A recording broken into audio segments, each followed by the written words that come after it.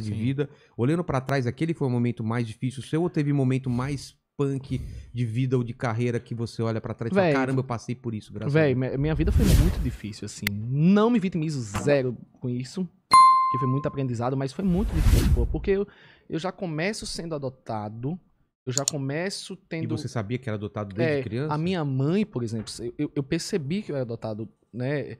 Minha mãe era preta. Tá. Aí eu olhava pra mim, olhava pra ela e eu dizia, não, tem alguma coisa... Não, não é, não será? Já que você começa a confabular, né? Claro. Será? O que aconteceu? E aí eu perguntava aos vizinhos, aí um dos vizinhos fez, olha, é o seguinte... eu já contei essa história várias vezes, mas as pessoas gostam de ouvir.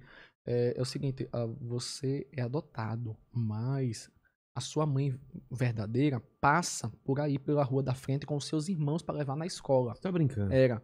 Imagina, assim, na cabeça de uma criança de 8 anos, assim. Meu Deus, 8, 7 cara. anos. Aí eu fiz, então... Mas o vizinho fez, mas não conta pra sua mãe não, que era minha mãe adotiva. Adotivo. Não conta não, mas se você quer ver ela passar, fica esperando ela. Ela vai passar e eu fico lá com você e mostro. Cara, parecia filme. Aí eu ficava um dia, ela não passava, ficava doido de passar. Nenhum dos dias eu esperando lá, escondido da minha mãe. Lá vem aquela mulher no horizonte assim, trazendo minha irmã no braço e a outra na mão. Feliz, a criança brincando. Imagine eu vendo aquela mulher parecida comigo, aqueles irmãos parecidos comigo, e eu criança ali bem assim olhando. Eu corri em direção dela. Cheguei nela e disse, mãe, eu sou seu filho, me dê a bênção. Desse jeito, olha. Meu Olhando Deus. pra ela assim. E ela toda... Vai pra casa, rapaz, sei o que. Bem fria, né? Tipo assim, bem fria, sem entender o que é que... Caramba, e ela foi embora. Aí Deus abençoe, foi embora e desapareceu assim. Aí foi um momento que minha cabeça deu uma pirada. Aí eu disse, poxa, como assim? Minha mãe...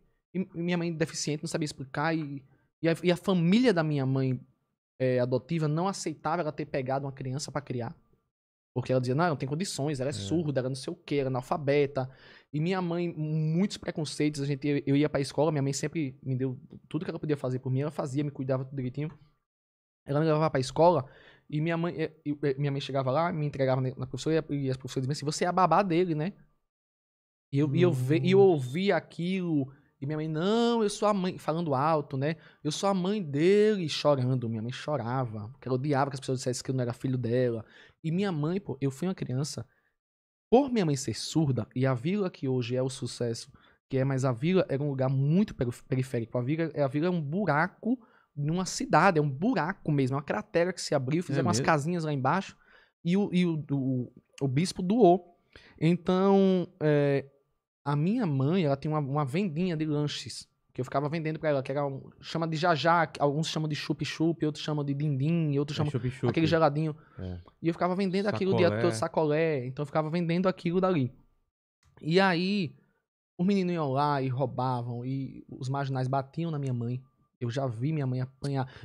A minha mãe, tipo, ela já é uma senhora de 50 anos, o marginal ir lá na porta dela e dar uma pesada nela, dela ficar soltando coisa pela boca e quase morre. E eu, uma criança, vendo aquilo, meu pai viu o pai dele ser morto por um tio. E a mãe do meu pai ficou cega. Então até hoje meu pai tem esse trauma, ele chora com tudo, ele não sei o quê. Então eu sempre tive que ser muito maduro pra poder cuidar dos dois de alguma forma. Então eu sempre me cobrei isso. Então minha mãe, ela sofria muito, porque machucavam muito ela. Minha mãe a gente ia pra uma vez eu contei isso, chorando até, e as pessoas chacotearam muito o meu choro e não ouviram mas era a minha verdade, era um momento que eu tava botando tudo pra fora e me livrando daquela dor, que até hoje ainda dói. A gente ia pras procissões, assim, lá na vila mesmo, subindo, os meninos ficavam jogando pedra na minha mãe, a gente ia nas procissões, eles jogando, e eu tinha que ficar na frente, aquelas pedras tinham que bater em mim, as pedras batiam em mim, e eu protegendo minha mãe, chegava com isso aqui cortado, minha mãe sem saber o que era, ela só sentindo as pedradas, era muita malvadeza que faziam com a minha mãe, só por ela ser surda. Então o apelido dela era Maria Moca. E ela odiava, e ela passava, e os marginais ficavam Maria Moca! E mexendo, e eu vendo aquilo, sabe, e tentavam me pegar, sabe? Teve várias coisas, eu nunca falo sobre isso. Ficar comigo, fazer, me pegar a pulse, a gente sempre... Tem várias coisas que eu nunca...